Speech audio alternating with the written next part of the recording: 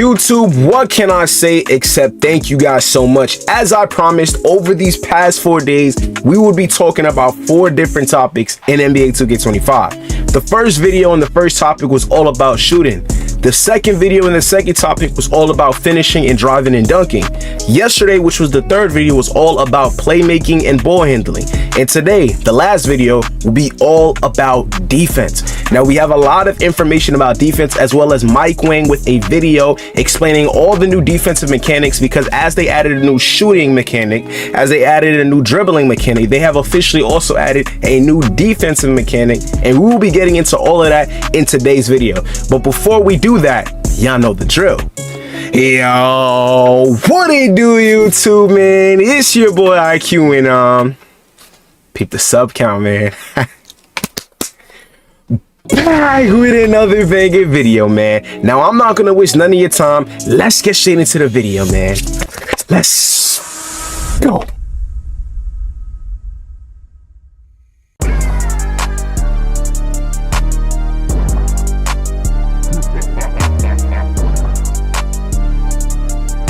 Alright, I'm not gonna waste none of your time. Let's get straight into the first tweet that was made by Mike Wang. Now, in this tweet, the question is from my boy Quay A, and he asks, with the new cutoff defense, are right stick steals going to be gone now? Mike Wang replied by saying this: you can still do RS steals, which is standing for right stick. You can still do right stick steals by releasing the intense defense, which is L2 on your controller. With the trigger held, you'll get a cutoff move. What this is basically meaning, if I have the basketball and I am driving to the paint and you're holding L2, which is to defend intensely, where you'll have that little circle thing around your My Players indicator. Basically, if you can anticipate when I'm going to drive, when I'm going to move, when I'm going to the crossover, you will be able to cut off the animation that I do, which will allow you to get better contests, better steal animations, better block animations, or you can force me to pick up my dribble, which will be allowed for a defensive stop. The next question that was asked was in the Discord, and it said this: what changes have you made to post defense? Now, we know post scorers are very overpowered in every single NBA 2K, so this question needed to be asked. Here's Mike Wang's response. Mike Wang says this: post fades and hooks now use a different set of a contest logic that normal shots would have. The new logic better simulates how shooting off the post is in real life and puts more of a make versus miss on the shooter's ability to time an inherently more difficult shot. Defenders will still want to get a hand up or jump to contest to make it tougher for a shooter, though. So what I got from that little explanation is that for post offense, for the post hookers, for the people who are post scorers, it's going to take more skill to time your jump shot.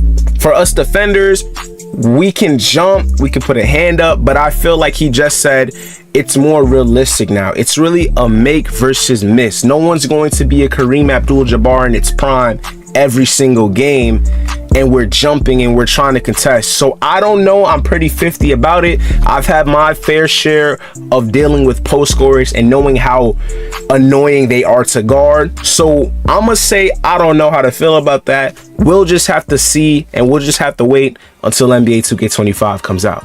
Now, for all my people that off ball, like for me, I play my team, and while I play my team, I don't really like to guard some people.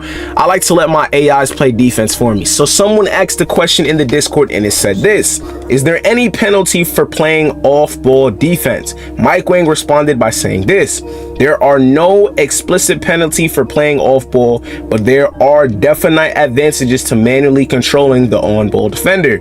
User-controlled defenders get a slight boost, so they're contest scorers compared to an AI-controlled teammate. Also, users can take advantage of the new defensive cutoff mechanic to get more jam ups and fumbles against the ball handler.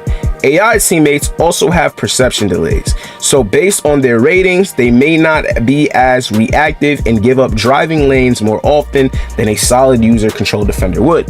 What Mike Wang is saying is if you don't like to play defense and you like to let your AI play defense for you, the AI's reaction time will not be as good as if you were manually guarding the person yourself. What does that tell us? AIs got nerfed. AIs will not be as overpowered as they were this year and in 23. That means in 25, we might be going back to how AIs used to be in 2K21, how AIs used to be back in 2K20. They were not that overpowered. And what Mike Wang keeps on mentioning in all these tweets, the new cutoff, this cutoff animation, when you manually play defense, is basically like this new big feature added into NBA 2K25 that should be like the needle mover, or should be very groundbreaking now that they have a brand new defensive mechanic going into the game. Boomy made a tweet and she said this: "Hey Baluba, does the new cutoff move on defense cost you adrenaline?" If you guys did not watch my video yesterday that talked everything about playmaking, yes, adrenaline bars are back in NBA 2K25. It is making its third year return. So as we know, certain times when you would press square to go for a steal, you would lose an adrenaline bar. If you were trying to attempt a steal or do anything like that, or consistently running, you would lose bars. And with this new defensive mechanics that they added into the game and this new cutoff feature that seems to be so highly talked about, will that cutoff feature cost us an adrenaline bar? Mike Wang responded with one simple word, saying nope. So hey, does that mean defenders might be able to finally go crazy this year with not having to worry about losing a lot of stamina? All we could say, time will tell. My boy Savon made a tweet and he said this: "At Baluba, how does height factor into shot contest this year?" Mike Wang replied by saying this: "Height and interior/perimeter ratings are much stronger factors in the contest calculation this year," which means we already know short players get little to no contest on slightly taller players. So this year, your defensive rating will matter as well as your height. So if you're a 5'7", let's say Gamer Keezy, who makes 5'7" players, yes, he will get no contest on a 7'3". Why? Because he's 5'7". Number one, he's too short. Number two, normally 5'7s do not have high interior defense or high defensive settings in general, due to them being a defensive liability because of their height. So therefore, height and ratings do matter for defense going into NBA 2K25. You're not going to get bailed out just because you're tall sometimes. It really is a hand-in-hand process when you incorporate this new defensive mechanic. Another tweet by my boy Make 2K Great Again says this: "At Baluba, I am tired of anticipating the Jamal Murray behind the back and not getting a bump. The ball keeps on hitting my leg or something else." Mike Wang responds by saying this: "In NBA 2K25, if you can anticipate those moves and bump the dribbler, he will fumble the ball. The higher the delta between the defender and the ball handler, the easier it will be to force the fumbles." What does that mean? That means anticipation and trusting your gut as a defender in NBA 2K25 is very important. For all my lots that are very irritated that they've anticipated this person doing the behind the back, they anticipated this person doing a Euro, and they're not getting the stop. In NBA 2K25, if you can anticipate in time when you reach or do certain stuff on defense, you will be rewarded this year for anticipating it correctly. Is that overpowered? Who knows? Time will tell. But this is a very big W for all the defenders and lockdowns out there that work tirelessly to get defensive stops. Another question in Mike Wang's Discord says this: "Have there been any improvements to the physics to two people clashing in the air?" Mike Wang replies by saying this: "The physics team spent a lot of time improving our player-to-player in-air collisions to make them more reliable and to maintain player momentum/velocity better."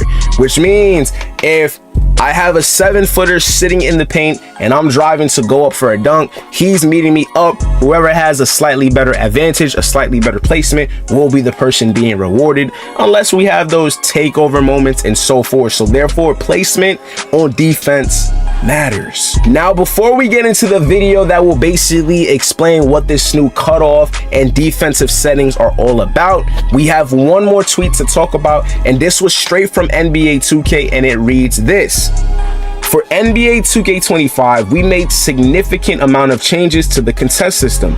We now use a dynamic weighting system rather than a fixed one that evaluates the impact of defense at the start of the shot versus the release and computes the proper coverage impact accordingly. In addition, you'll notice that perimeter and interior defensive ratings as well as height differential play a more important role in calculating defensive coverages.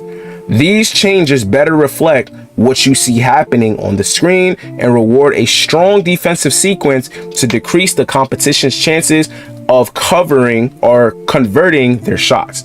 Basically, what this means, depending on what your height and your ratings are in NBA 2K25 on your My Player, will determine what type of contest you'll get, and so on and so forth. That's just the short version. Now, I'm not going to waste no time. Let's take a look at this video clip explaining all the new defensive settings and mechanics like the cutoff system in NBA 2K25. Take a look. Mike, you know the saying, offense wins games, but defense wins championships. So what does this mean in NBA 2K25? Well, yeah, you know, defense is a huge part of the game. It's you know, something that's people don't always look at it as being the coolest part of the game, but it's the most important part, I think, to win games. So, you know, there's a number of new defensive mechanics and upgrades to this year's system.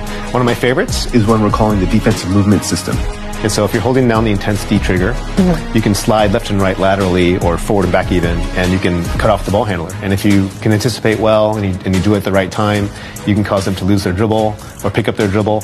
You know, if you're the on-ball, you know, lockdown defender kind of guy, then that's the thing you want to master. Now that we watched the video, in the comment section down below, I want you guys to tell me, how do you guys feel about the new defensive setting? How do you feel about the new cutoff feature? Are we believing the hype about defense, or are we just going to have to wait and see? But that's everything and all information that we have so far regarding defense, man. I hope you guys enjoyed these 4 little selections. If you guys want to rewatch any of them, just go to the YouTube channel. Make sure to leave a like, subscribe, as we are on the road to 5,000 subscribers. It's been your boy IQ. I'm out.